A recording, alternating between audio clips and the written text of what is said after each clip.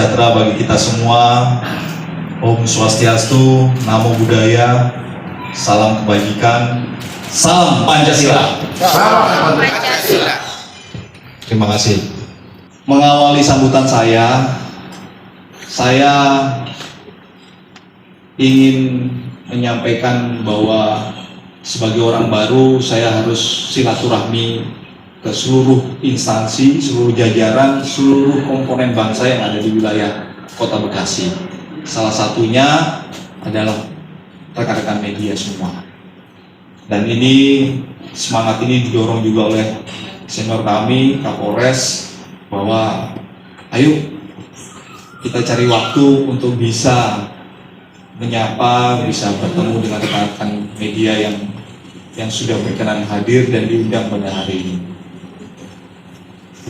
Sebagai perkenalan, saya Kolonel Ahmed Riko Ricardo Sirait.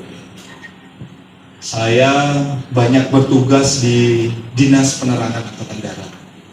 Jadi setelah Sesko tahun 2015, saya langsung masuk Dinas Penerangan Angkatan Darat sebagai Kabak Listra. Kabak Listra itu tulisan strategis. Jadi beberapa sambutan, amanat maupun tugas-tugas yang sifatnya protokoler, punya kasat dan wakasat, konsepnya dari kantor saya.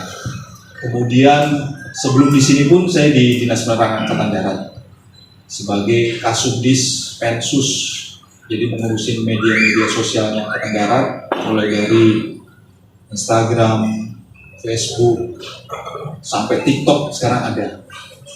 Karena bagi Angkatan Darat, media-media tersebut adalah upaya untuk menjalin komunikasi dengan seluruh masyarakat dan rakyat Indonesia. Kemudian latar belakang saya dengan insan pers ini, ayah saya almarhum adalah seorang wartawan. Jadi saya tidak ada latar belakang aparat negara, malah latar belakangnya wartawan. Karena ayah saya di Bali Pos dari tahun 80-an sampai 99 lah. Kemudian pindah ke tabloid hukum yang ada di Surabaya, tabloid Dor namanya. Kemudian meninggal tahun 2004. Itu pun dalam melaksanakan tugasnya sebagai seorang jurnalis. Nah, dengan latar belakang yang saya sampaikan barusan, inilah suatu bentuk ikatan batin saya dengan rekan-rekan insan media. Bahwa saya penugasan secara karir maupun latar belakang keluarga, saya punya hubungan yang sangat erat dengan wartawan, jurnalis maupun insan media. Oleh karena itu, izinkan saya pada kesempatan hari ini mengundang sambil minum kopi ya. Kopinya udah dapat belum? Jangan-jangan ada yang mudahkan kepada insan media awal bulan ini ya,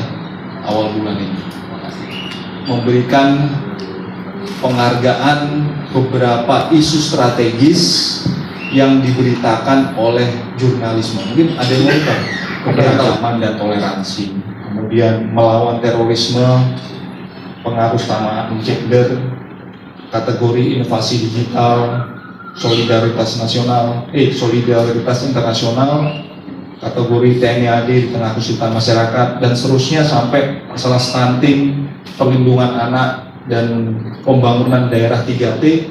Itu jadi bagian dari penghargaan yang diberikan oleh Kepala Staf Angkatan Darat kepada media. Media yang diberikan ini adalah media-media online. Kenapa? Karena untuk penilaiannya yang dilakukan oleh juri itu berbasis data selama 1 tahun ke belakang. Ya, 1 tahun ke belakang dilihat media ataupun jurnalis yang aktif mendorong tentang 10 isu strategis itu diberikan penghargaan. Sehingga wujud perhatian ini juga menjadi referensi bagi saya sebagai pejabat baru di Kodim-Bekasi untuk mengajak rekan-rekan media dalam fokus dalam pekerjaannya dan juga mendorong hal-hal yang positif, memberitakan hal-hal yang baik kepada masyarakat apa yang telah terjadi di lingkungan yang tempat tinggal masing-masing. Bapak Ibu sekalian, kita sangat memahami dan kita merasakan bahwa perkembangan media sekarang itu udah many to many. Maksudnya many to many itu dari sumbernya dari mana saja dan bisa ditanggapi dari mana saja. Saya tadi pagi sempat ngobrol dengan Pak Kapolres bahwa citizen journalism perorangan hanya membuka salah satu portal medsos ataupun website, mereka sudah menganggap dirinya sebagai wartawan, ya, sudah menganggap dirinya sebagai saya ini insan media, padahal tidak ada redakturnya, tidak ada organisasinya, tidak ada aliansinya, tidak dapat dipertanggungjawabkan secara kelompok maupun secara Dewan Pers Nasional, apalagi boro-boro. Hal itu seringkali membuat masyarakat kita yang bisa dibilang sumber daya manusia mungkin masih terbatas, ya, itu mempercayai hal-hal kayak gitu di YouTube, di Facebook, di media-media sosial maupun yang tadi saya sampaikan citizen journalism yang sifatnya di WA grup dikirim, masyarakat percaya, ada yang percaya, mungkin sekali nggak percaya, berkali-kali itu terus yang dicekokin, yang disampaikan akhirnya menjadi post-truth. Post-truth itu adalah kebohongan yang terus-menerus dilakukan, akhirnya dianggap menjadi suatu kebenaran. Nah, kaitannya dengan post-truth inilah kita sesama aparatur negara dan insan media harusnya bisa memberikan edukasi, informasi yang baik kepada masyarakat kita. Jangan sampai hal-hal yang sifatnya memecah belah persatuan, yang sifatnya isu sara, isu strategis yang tadi saya sampaikan, kaitannya dengan pengaruh tanaman gender dan sebagainya, akhirnya membuat Indonesia semakin banyak konflik, semakin banyak permasalahan secara konflik horizontal maupun dengan pemerintah, konflik vertikal. Oleh karena itu, saya mengajak media itu harus menjadi parameter kebenaran. Ya, yang pertama, media harus menjadi parameter kebenaran. Dalam arti bisa menjadi penangkal berita-berita hoax, penangkal hal-hal yang tadi saya sebutkan sebelumnya, kebohongan-kebohongan yang terjadi di masyarakat melalui teknologi yang kita miliki sekarang. Dan semua masyarakat sekarang pasti punya handphone, ya, pasti punya alat gadget yang mudah untuk menyerap informasi, tapi tidak tersaring. Dia itu menjadi sarana penyebar informasi yang aktual, ya, sehat, toleran, serta pemersatu bangsa. Bisa menyatukan kita dari Sabang sampai Merauke, dari Pulau Mindanao sampai Pulau Rote, Indonesia yang terpisah oleh selat dan laut ini bisa bersatu. Karena masyarakat kita masih mempercayai media. Kepercayaan itu harus dijaga oleh media dengan baik, dengan memberitakan hal-hal yang positif, hal-hal yang aktual dan terpercaya. Jaga kepercayaan tersebut sehingga media bisa tetap menjadi benteng NKRI. Sambutan saya mau berpantun boleh? Boleh. Jangan hanya menumpang mandi. Cakep. Ketahuan yang belum mandi ya. Media benteng penjaga NKRI. Cakep. Sebar berita yang aktual, informatif dan jaga toleransi. Betul ya Pak Bos ya. Yang mungkin terakhir dari media itu ya yang masalah tawuran ya. Kemudian terkait dengan apa yang disampaikan oleh Pak Dandim, saya sangat mengapresiasi ya. Tadi ada 10 isu strategis yang menjadi perhatian dari Kasat sehingga dikeluarkan Kasat Award. Saya tertarik bagaimana kalau ini juga diterapkan di Kota Bekasi, sehingga rekan-rekan media juga bisa berpartisipasi dalam penyelenggaraan pemerintahan. Kenapa? Penyelenggaraan pemerintahan tidak bisa dilaksanakan oleh pemerintah daerah itu sendiri tanpa ada keterlibatan dari stakeholder yang ada di wilayah Kota Bekasi. Di sini ada Kodim, ada Polresta, ada juga mungkin elemen dari media. Kenapa? Pemerintah daerah sekali lagi tidak bisa bekerja secara optimal tanpa ada support dari elemen yang ada di wilayah Kota Bekasi. Rahat ya. Tadi disampaikan oleh Pak Dandim, kita harus menjadi penjaga NKRI, harus menjaga kondusif wilayah. Sesuai dengan apa? Sesuai dengan lingkup tugasnya masing-masing. Assalamualaikum warahmatullahi wabarakatuh. Selamat pagi dan salam sejahtera untuk sekalian. Sebenarnya dengan tadi penjelasan panjang lebar, komprehensif dari Pak Dandim dengan para kepala dinas sudah cukup sampai tadi. Kami dari Polres hanya untuk kita ngajak makan kopi-kopi aja. Biasa kalau ketemu saya langsung kita ngopi aja jam berapapun, 24 jam, apalagi terkait misalkan kegiatan Polres yang memang kita lakukan hingga dini hari. Terkadang terima kasih juga atas undangannya Pak Dandim, terima kasih juga bukan hanya kehadiran rekan-rekan media tapi yang selama ini sudah berkolaborasi langsung dengan Polres. Artinya seperti yang disampaikan tadi Pak Dandim maupun kepala dinas, bahwa dari 3 pilar TNI, Polri, dan pemerintah Kota Bekasi ada satu lagi faktor media, rekan-rekan yang sangat secara signifikan berdampak langsung terhadap situasi damai, situasi Kamtimas yang ada di wilayah Bekasi. Seringkali beberapa rekan ataupun dari media saya tahu persis bahwa itu juga mungkin berperan sebagai sumber informasi. Namun demikian ada juga faktor edukasi buat masyarakat. Bagaimana misalkan kayak seperti kemarin tadi kasus tawuran, pembacokan diviralkan di video, kasihan masyarakat yang lain yang melihat langsung. Itu yang harus menjadi salah satu bahan pertimbangan, tidak hanya sebagai sumber informasi kepada masyarakat, namun demikian juga literasi digital yang tadi disampaikan oleh kepala dinas. Mudah-mudahan kerjasama yang selama ini terjalin bisa kita tingkatkan, bisa kita lebih baik lagi, terutama menjelang pemilu 2024. Terus terang saja kerja keras kami, Polres, Kodim, dan aparat pemerintah dalam menjaga situasi bagaimana pemilu 2024 ini berjalan dengan aman dan damai.